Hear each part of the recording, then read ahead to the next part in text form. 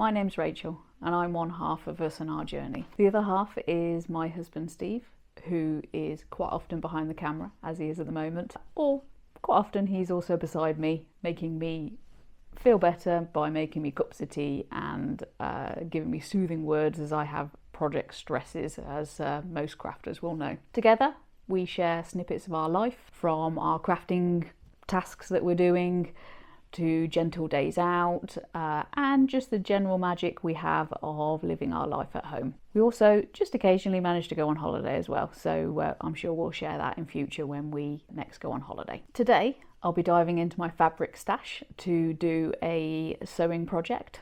I will be making a skirt with some hidden shorts underneath with the all-important pocket. This is a great outfit that I've already made once previously.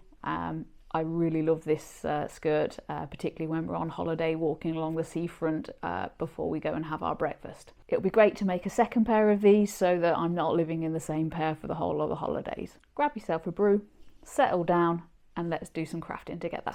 As I mentioned, my project today is a skirt with some hidden shorts and a pocket. And of course, one of the first things we need to do is pick our fabric.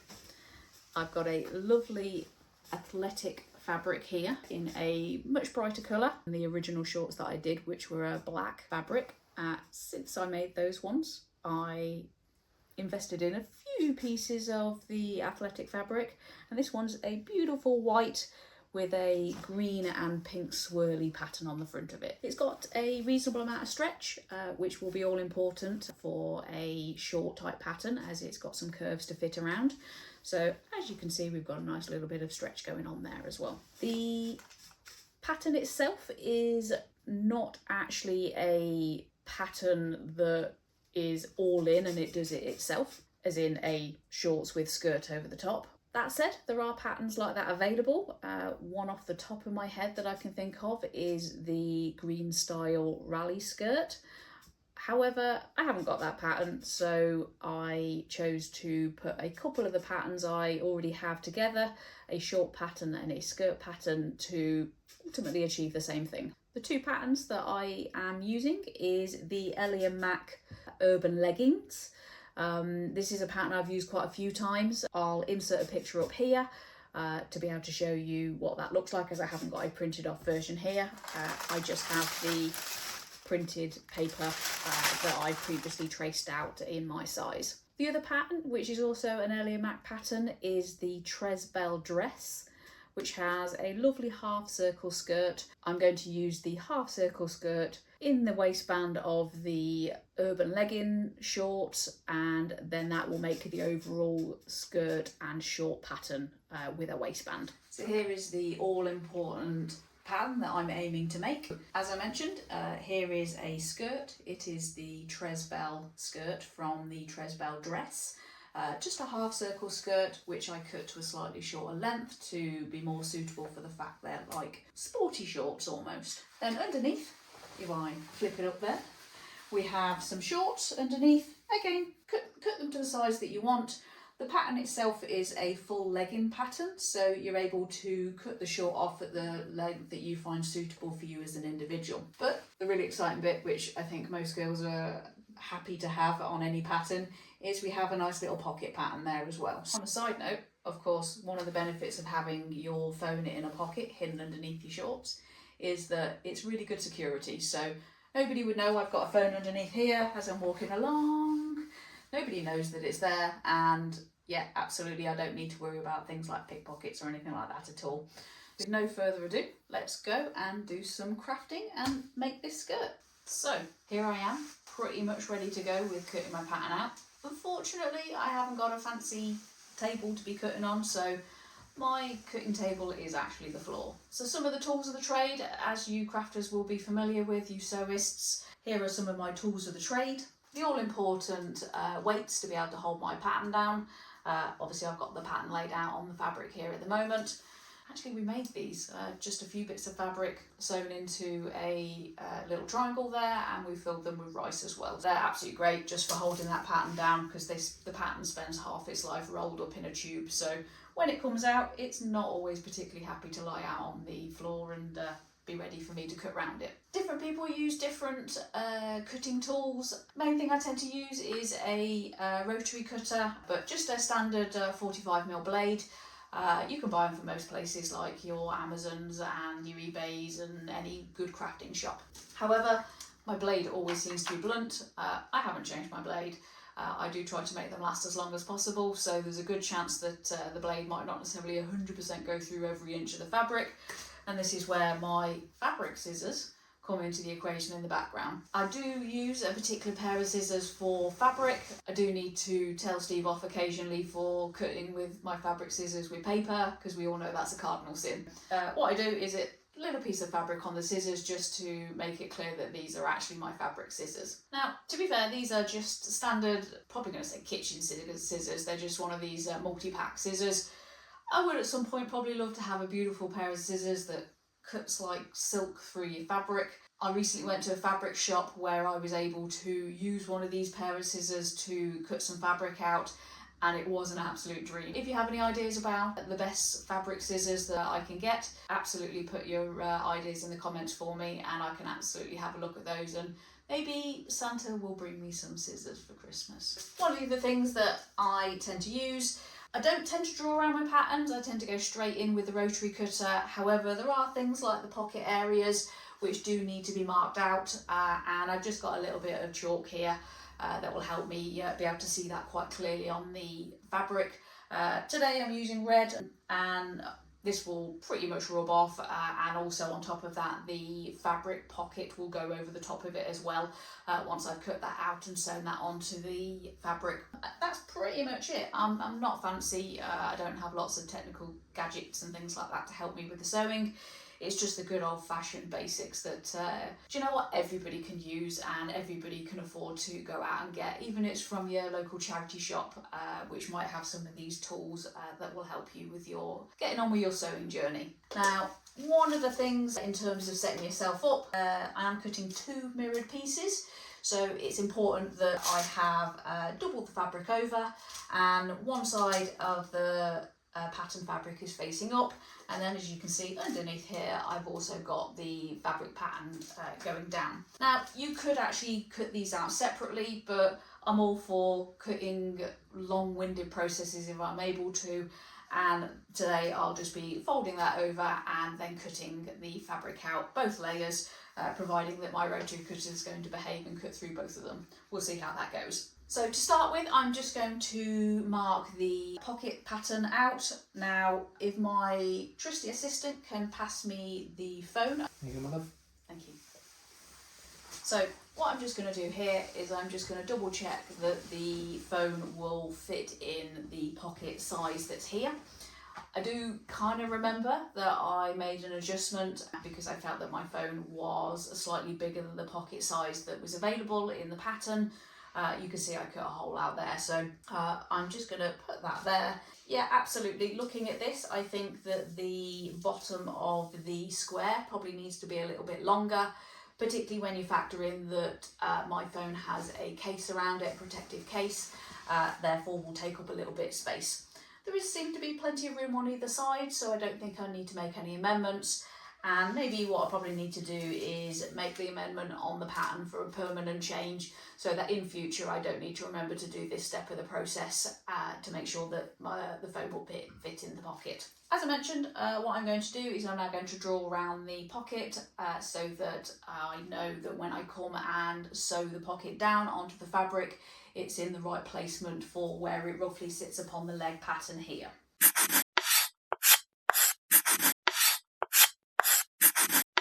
So as simple as that. I'm not going to pick up the pattern because as I cut around the fabric, I want to make sure that the pocket remains in the right place. But just when I lift the pattern up, I'm just going to remember to do a little bit of an extension at the bottom there so that the phone fits nicely into the pocket. So with no further ado, what I do intend on doing now is to just go ahead and get cutting. And actually, the rotary cutter is behaving and it's actually cutting through the fabric.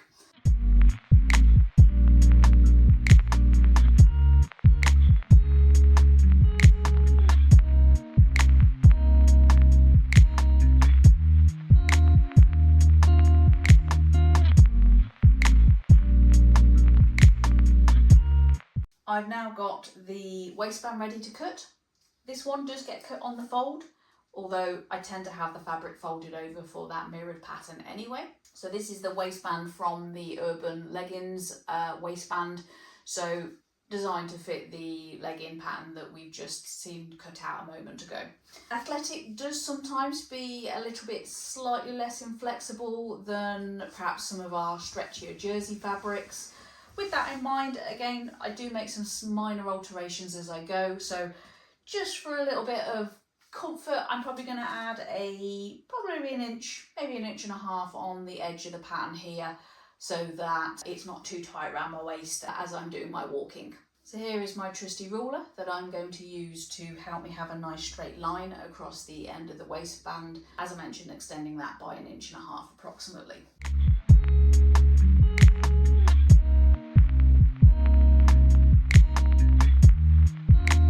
And here we have our cut waistband. So next we're going to cut our all-important pockets.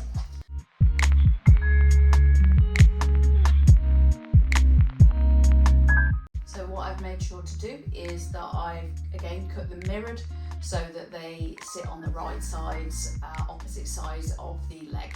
So just to keep things tidy, I'm going to cut some of this excess fabric off, which to be fair, I'm not sure I can actually make into anything in this particular pattern. I can safely cut that off so that I've got that one final piece ready to go for my skirt.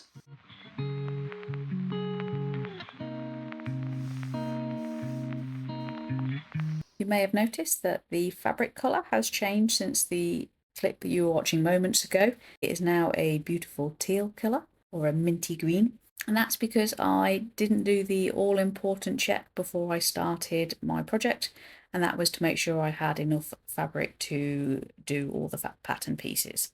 I had done the shorts and waistband and the pockets. However, when I came to do the circle skirt, I realised I only had enough fabric for the first half of the circle skirt, but the second half I didn't have enough. Inevitably, as is often the case, I didn't have the right fabric in my fabric stash. None of the colours seemed to coordinate with the existing fabric that I had. Therefore, I initially placed an order for some white athletic knit, but I thought it didn't inspire me. Therefore, I took a trip to Barry's, which we may well have already posted the video for that. And while we were at Barry's doing some fabric shopping for some other projects as well, I came across this really nice minty green athletic knit that just was a perfect match for the fabric that I had been using originally. Therefore, with a few days delay, we are back at the cutting floor, ready to cut our circle skirt to finish the pattern, ready to go ahead and sew. As I mentioned, I'm using the Tresbell half circle skirt, which you can see here. Now, this is a little bit long for the sports skirt that I am aiming for. I did actually shorten it on the original pattern, although I couldn't tell you exactly by how much. So all I did was I just did a little bit of a measurement to see where the skirt was falling in terms of lengthwise. And then what I've done is I have cut a pattern piece literally specifically for this, because I really do see myself making future copies of this. It just makes a really lovely walking skirt. So you can see here it's probably 3 inches shorter in terms of length. So the good thing about that, as I mentioned, is that means I've now got a pattern piece which is ready to go for future makes of this particular pattern. So let's get cutting.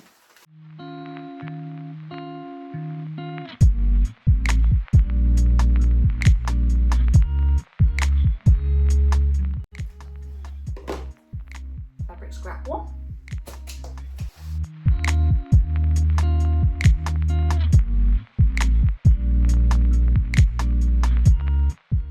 Fabric scrap two.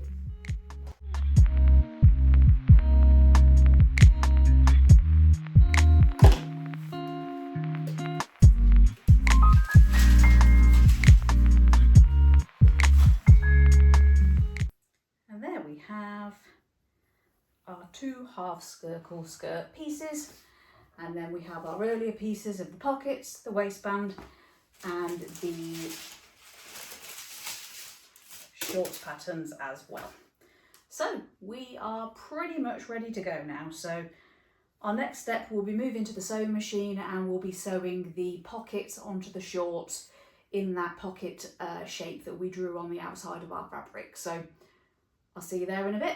Right, we are on to the sewing section. So one of the preparation stages now is I've got the outer pockets, which will hopefully fit my mobile phone in, assuming I've measured it correctly.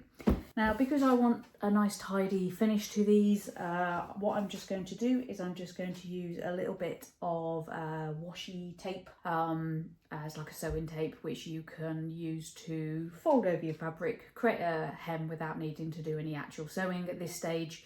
And then from there, I'll be able to pin the fabric pocket with the nice clean edges, as it were, to the fabric that I have cut out for my shorts. So with no further ado, I will get on with that.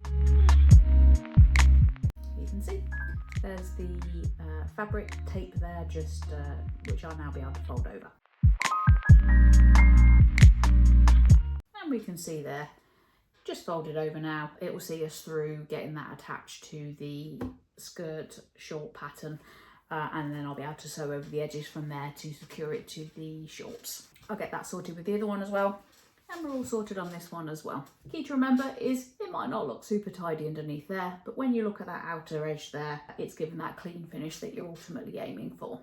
Now, that's gonna lay this fabric out, ready to attach our pockets. You've got the chalk outline or whatever fabric pen you choose to use, and then put our pocket on top of that, and that outline that we've drawn gives us a rough positioning as to where we want to put that. And then from there, what we'll be able to do is we'll be able to pin, and then we'll be ready to go to the sewing machine to get that sewn down.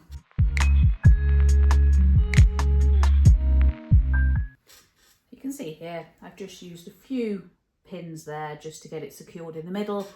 I don't want to pin it down too strongly, otherwise we might find that as we go along the fabric might shift ever so slightly. We could end up with some ruching in the material there that we want to avoid, so that we have a nice smooth pocket over the leg area there. So let's repeat that with the other one. And we are all pinned down on this one as well. Before I get going, I'm just going to get my thread changed. At the moment I've got a black in there, which will not go very well with my white, teal and pink fabric. So let's get that changed. As is often the case, I haven't actually got a white bobbin, so I'm going to have to get that threaded up as well. I'm not one of these super organised people that has all of the different colour threads on my bobbins. Let's get ourselves all threaded onto the bobbin. I do remember when I've got my first sewing machine, things like doing the bobbin and threading the needle and changing my thread at all used to fill me with absolute fear. Same with my overlocker. When I first got my overlocker, I was a scared sewer, as so often we are. But now I don't even think twice about it, and I'm able to just crack on and get it changed over and ready to go for the next piece of sewing that I'm due to do. Now I'm all pinned, I'm all ready to start sewing. What I'll be doing is I'll be sewing round the side, bottom, and what I tend to do is I tend to stop there, and then I tend to come from the top and sew back down again, primarily because I want to make sure that I'm stretching the fabric in the same direction. What I'll do is I'll be leaving this top section open, which will be where we slip our pocket in. I tend to use, because I'm on the sewing machine, I tend to use a triple stitch. I have personally got a Brother FS100WT. So on this particular machine, the triple stitch is the number 2. I just keep the thread length, which is a 2.5. Let's get ourselves laid out a little bit. So I'm going to get my stitch as close to the edge of my fabric starting point as possible, making sure that my thread tails are pulled out, because what they'll do is they'll help me a little bit if I find the machine is struggling to get started. I haven't got a walking foot, again, lazy girl sewer. I do just generally crack on with the universal sewing foot. Get that settled in there, ready to go, and we'll get sewing.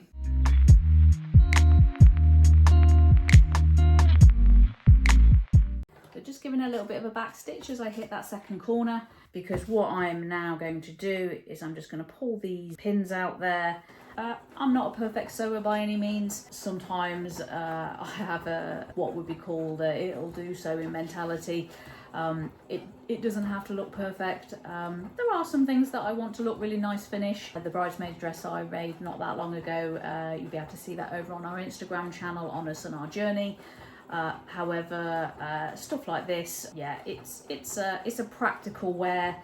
It will look really pretty regardless. Don't beat yourself up unless you're doing some super beautiful item that you want perfect, or you're sewing for somebody else. Maybe you're sewing for a business, then obviously that's a completely different story. And then we'll just give it a little bit of a back stitch again. Before I've even given it a press, we can see we've got a lovely pocket there. Yeah, looking good. One of the things it's always helpful to do is keep an eye on your fabric as you're sewing. I do have a tendency to focus on something else for a moment, and before I know it, my sewing machine is whizzing off and is going because I'm not guiding it in the direction I want it to go. Just keep an eye on your fabric and your sewing machine as it's going along.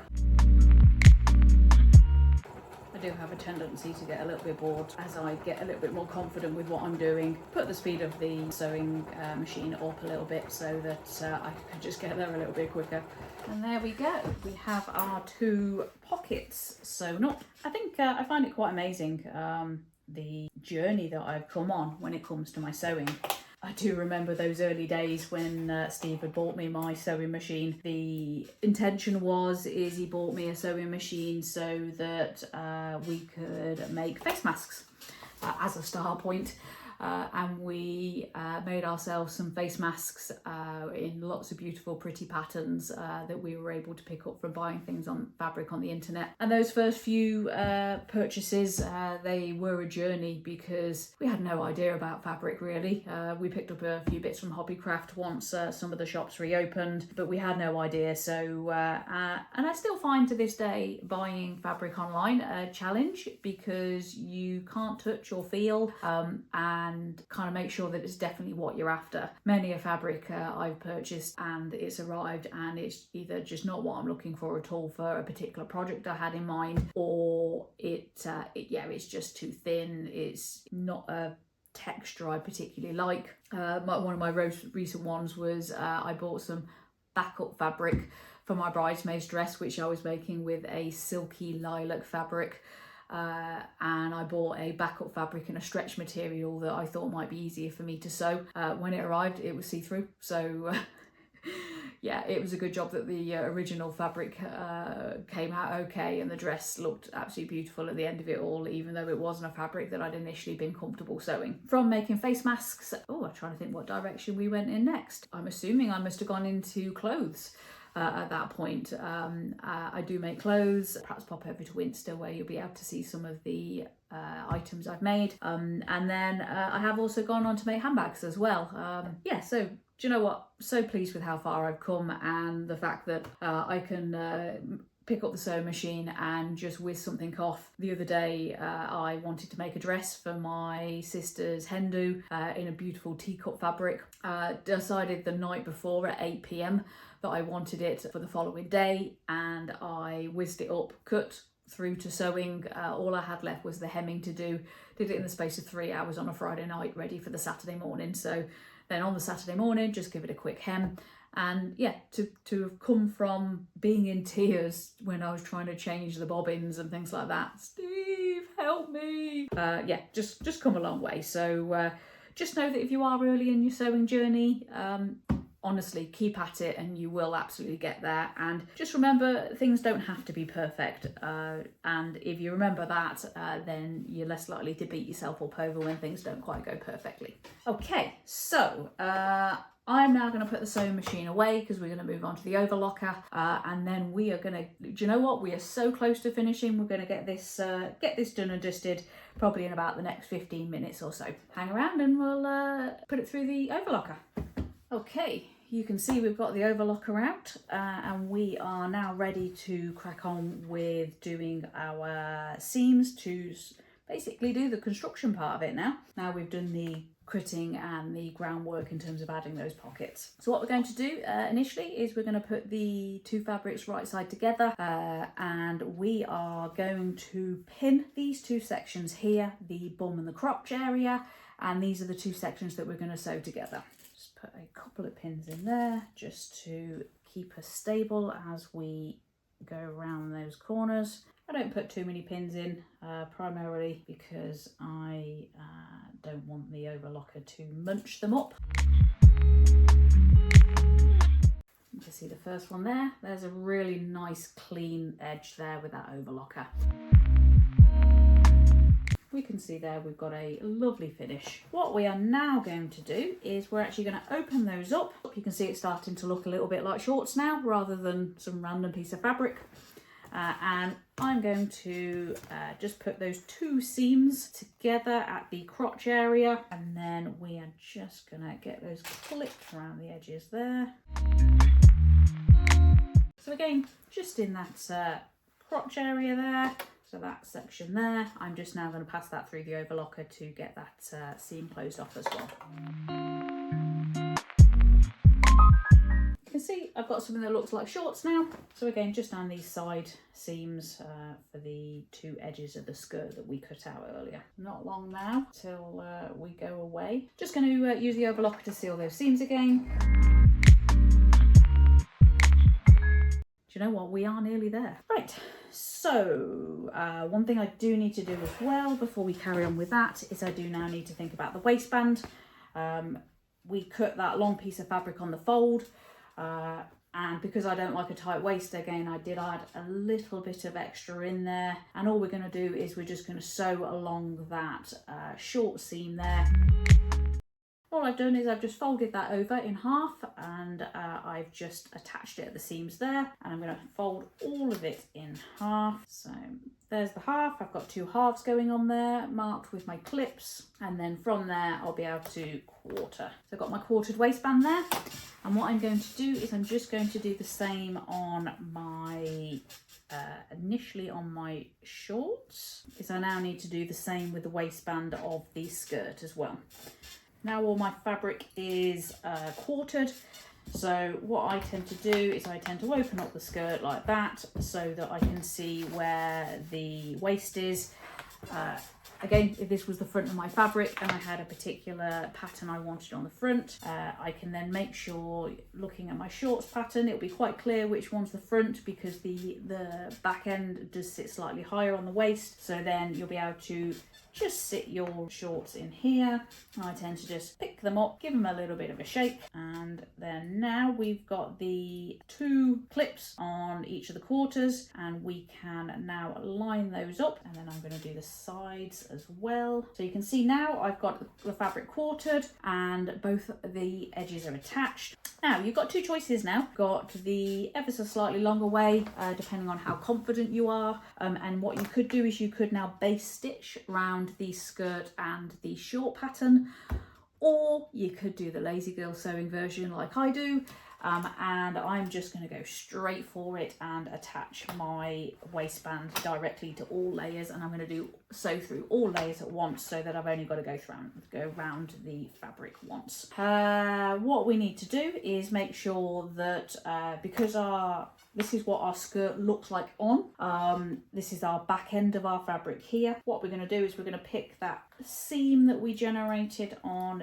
the waistband, and we're just going to match that up to that back seam with the rest of the fabric, and we are just going to now clip all of those layers together. So we've now got the shorts, we've now got the skirt, and we now have the waistband all attached together as well. Now what you can do, because the waistband is actually going to be shorter, because obviously we want it to sit more snugly around our waist, because our waist is generally our smallest part of our body. You can see we've got a little bit of excess as we go there, and then what we'll be doing as we sew, we'll be stretching out that waistband to give a nice smooth finish with everything attached, and then when we let it go, we go. So let's do that on each of our eighths. Again, just being careful as you go to make sure you capture all your fabric layers so you don't end up with gaps. You can put as many clips on as you want as well. If you find that you want more than eighths, then do that. Do go slow and steady as you're passing it through the overlocker if you have got a slightly lighter weight fabric. We've now got all the layers clip together, and we're going to pass it through the overlocker, and then we are nearly there. And I'll take a moment to pause as I've done each of the quarters, just to make sure that I am capturing all the fabric, all the layers are sitting together, and I can get a good pull on that waistband before I start sewing again. And then turning the waistband up. Got no horrible bubbly bits. What I have got is I have got a section there where I haven't managed to catch the turquoise fabrics. What I am going to need to do is I'm just going to need to unpick that seam again and then pull that through just to make sure I capture it all. I will get that sorted and I'll show you what it looks like at the end. You may have noticed that I have a change of outfit. So last time you saw me, I was sorting out the hem of my skirt, which had some missing bits. So with the help of my trusty seam ripper, I've been and fixed that. The intention was I was going to walk you through the final finishing touches of making the skirt, and I was going to show you the hemming of the shorts. However, I had a video malfunction, so I'm afraid I haven't got any of that footage. What you see is the finished product. I used some of my tape to help me just stick it down, and then I've just used a triple stitch and folded it over, used a triple stitch to complete a nice seam on the shorts here. The skirt has actually quite a nice finish to it anyway, so I don't plan to do a hem on that. Lazy girl stitching, which means that I have officially got a finished product. Let me just hold it up for you here. So this is what we look like. And with no further ado, give me a couple of minutes, and which will be seconds for you, and I will show you what the final product looks like on.